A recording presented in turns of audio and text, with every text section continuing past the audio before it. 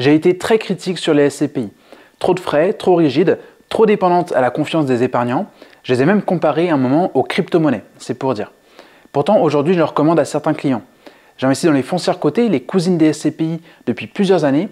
Et maintenant, je vais vous montrer la formule la plus simple que j'ai construite pour identifier une SCPI vraiment solide et pourquoi je m'étais trompé en rejetant toutes les SCPI en bloc.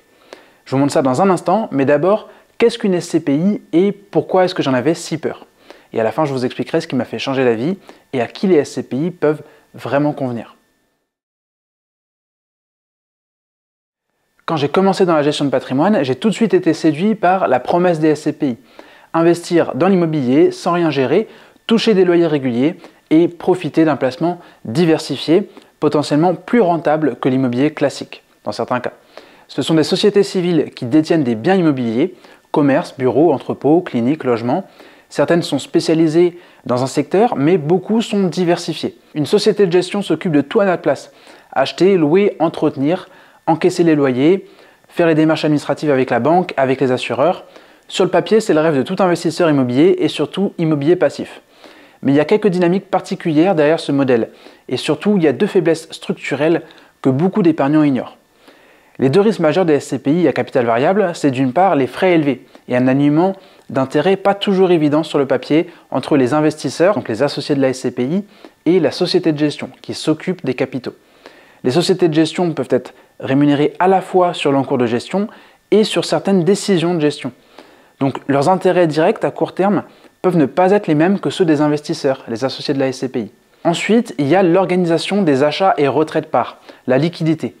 Dans les SCPI à capital variable, ce sont les sociétés de gestion qui créent les parts et organisent les rachats. Tant que la collecte est supérieure au retrait, le capital augmente et donc les investisseurs sortants peuvent récupérer leur mise facilement. Mais deux problèmes majeurs peuvent apparaître. D'abord, trop de collecte à un moment où il est difficile de trouver des immeubles de qualité à un bon prix. Résultat, la SCPI est obligée d'acheter même quand le marché est peu favorable. Et d'autre part, et le risque le plus grand, c'est pas assez de collecte avec un afflux de retrait et là c'est un blocage. Il n'y a pas de contrepartie automatique pour racheter les parts. Autrement dit, quand la collecte est bonne et bien gérée, une SCPI peut fonctionner correctement avec de gros frais. Mais le jour où la confiance se fissure, même une excellente équipe de gestion sera en difficulté. C'est ce que j'appelle le cercle vicieux des SCPI. Pendant des années, la SCPI c'était le produit star de l'épargne immobilière. On en parlait partout, tout le monde en voulait, mais quand les taux ont monté, les prix de part de certaines SCPI ont baissé, pour faire simple. La collecte s'est ralentie et une partie des épargnants a découvert justement ce cercle vicieux propre aux SCPI à capital variable. Aujourd'hui, je veux éviter les erreurs du passé. Alors avec plus de 60 ans d'historique à analyser, j'ai voulu synthétiser les vrais facteurs de résilience d'une SCPI. Ce modèle ne se base ni sur le rendement, ni sur le taux d'occupation, ni sur la valeur de reconstitution. Ces indicateurs sont souvent mis en avant, mais d'après moi, ils sont à relativiser au contexte de chaque SCPI. Ils sont notamment très peu utiles pour comparer de jeunes SCPI. En réalité, les mécanismes de la SCPI sont très simples. Pour les formaliser sous la forme d'une équation, j'ai la résilience et surtout la pérennité de la SCPI peut être synthétisée d'une part par la confiance des épargnants et la qualité de gestion, qui sont les éléments positifs moteurs. Donc le but, c'est d'avoir une SCPI qui est très forte dans ces deux domaines, et je vais y revenir. Et d'autre part, les éléments qui peuvent affecter négativement la pérennité de la SCPI sont la structure des frais et le niveau d'endettement de la SCPI. Surtout, n'hésitez pas à partager vos remarques ou vos questions en commentaire, et notamment si vous relevez un sujet important que j'aurais pu oublier, par exemple, que ce soit dans la formule elle-même ou dans les détails de ses composantes, dites-le moi et puis on en discute. Donc la première composante de l'équation, c'est la confiance de long terme des épargnants, des investisseurs dans la SCPI. Ça se traduit par une capacité à collecter durablement, en particulier dans les périodes difficiles. En quelque sorte, c'est le baromètre de confiance des investisseurs dans la SCPI. Puisque la SCPI à capital variable organise la collecte et les retraits de parts, ce facteur est absolument déterminant. Mais concrètement, comment est-ce qu'on peut l'évaluer? Ça passe par une communication claire, un historique rassurant, donc pas seulement la performance, mais aussi la collecte finalement, une réputation solide, un réseau de CGP, distributeurs par exemple, ou d'autres distributeurs. Attention, la résilience et la durabilité de ces facteurs sont très importants. Concrètement, ce n'est pas la collecte d'aujourd'hui qui compte, autant que la collecte de demain, surtout s'il y a des secousses ou des bas de cycle immobiliers. Ensuite, la deuxième composante, c'est la qualité de la gestion. Ça passe par la qualité des acquisitions, la pertinence des emplacements, la rigueur locative, une bonne diversification des locataires, et là je précise volontairement, pas besoin d'avoir forcément des biens immobiliers dans tous les secteurs et dans tous les coins de l'Europe. L'idée par contre c'est que s'il y a un locataire qui prend beaucoup de place, il faut l'avoir en tête. Attention donc ici, taux de distribution, TOF, taux d'occupation financier, taux de rendement, tous ces chiffres n'ont pas forcément tant de sens que ça s'ils ne sont pas mis en contexte. Si je devais vraiment en sélectionner un, ce serait sans doute le taux d'occupation financier. Il peut aider à donner une idée, mais il est quand même à prendre avec précaution. L'exemple le plus parlant, c'est que les SCPI créés récemment ont presque toutes un taux d'occupation financier de 100%. Donc ça ne veut pas forcément dire grand-chose. Ensuite, il peut aussi y avoir des cycles différents entre certains secteurs immobiliers ou certains secteurs géographiques. Donc je prends quand même beaucoup de précautions avec ces indicateurs, même pour comparer plusieurs SCPI historiques. Un point qui touche les deux composantes à la fois, donc la confiance et la gestion, c'est la maîtrise de la collecte. Ça peut passer par un contrôle des institutionnels au capital, une fermeture de la collecte quand des opportunités d'investissement se font plus rares par exemple. Et c'est là qu'on voit que la confiance des épargnants et la qualité de la gestion sont complémentaires. Les deux doivent permettre de maîtriser autant que possible les cycles immobiliers. Ensuite, la première composante qui agit négativement sur la pérennité des SCPI, ce sont les frais. Donc j'ai comparé les catégories de frais de la plupart des SCPI. Globalement, sur une durée de détention moyenne, les frais de gestion coûtent beaucoup plus à l'épargnant, à l'investisseur, que les frais de souscription, même pour les SCPI historiques.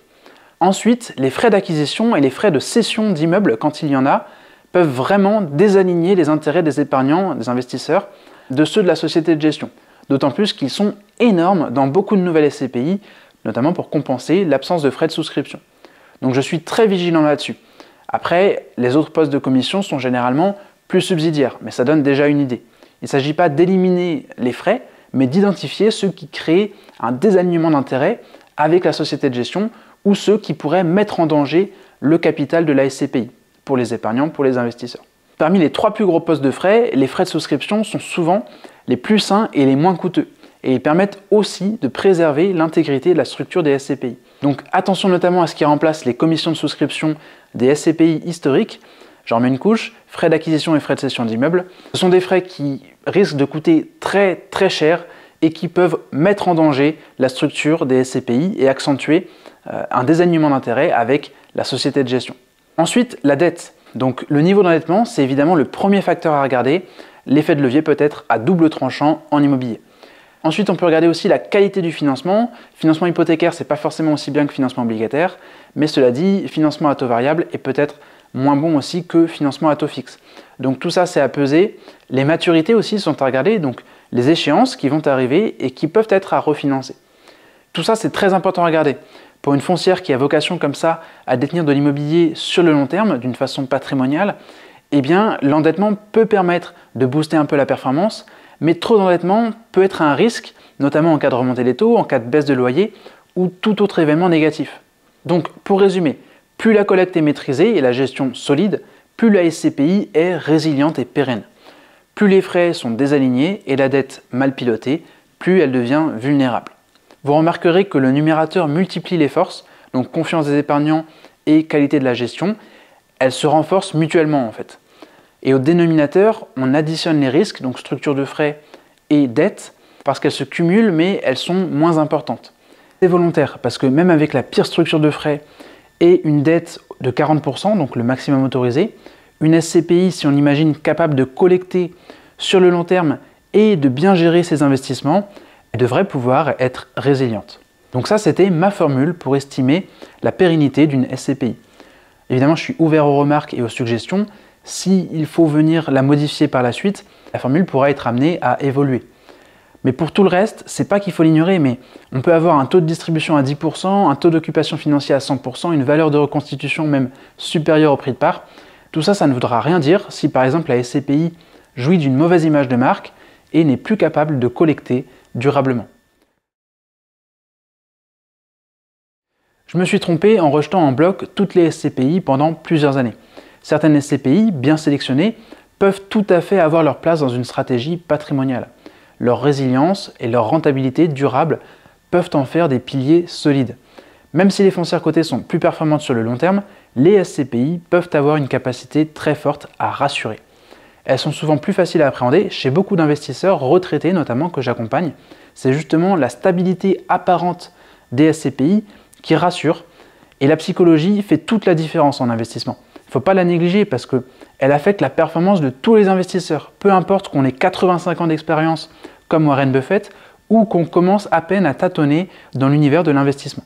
Donc pour moi, une SCPI solide, c'est une SCPI qui inspire la confiance et maîtrise sa collecte sur le long terme, avec une stratégie de gestion efficace et qualitative, une structure de frais la plus saine possible et une dette maîtrisée et flexible. Pour ma part, j'ai récemment envisagé d'investir dans une SCPI à capital fixe, mais pour l'instant, je continue à privilégier les foncières cotées, notamment pour leur performance supérieure. Le support auquel on adosse sa stratégie d'investissement est très important. Donc, quitte à choisir une SCPI à capital variable, il faut s'assurer qu'elle repose sur un patrimoine solide et surtout sur une collecte maîtrisée, une stratégie lisible dans le temps.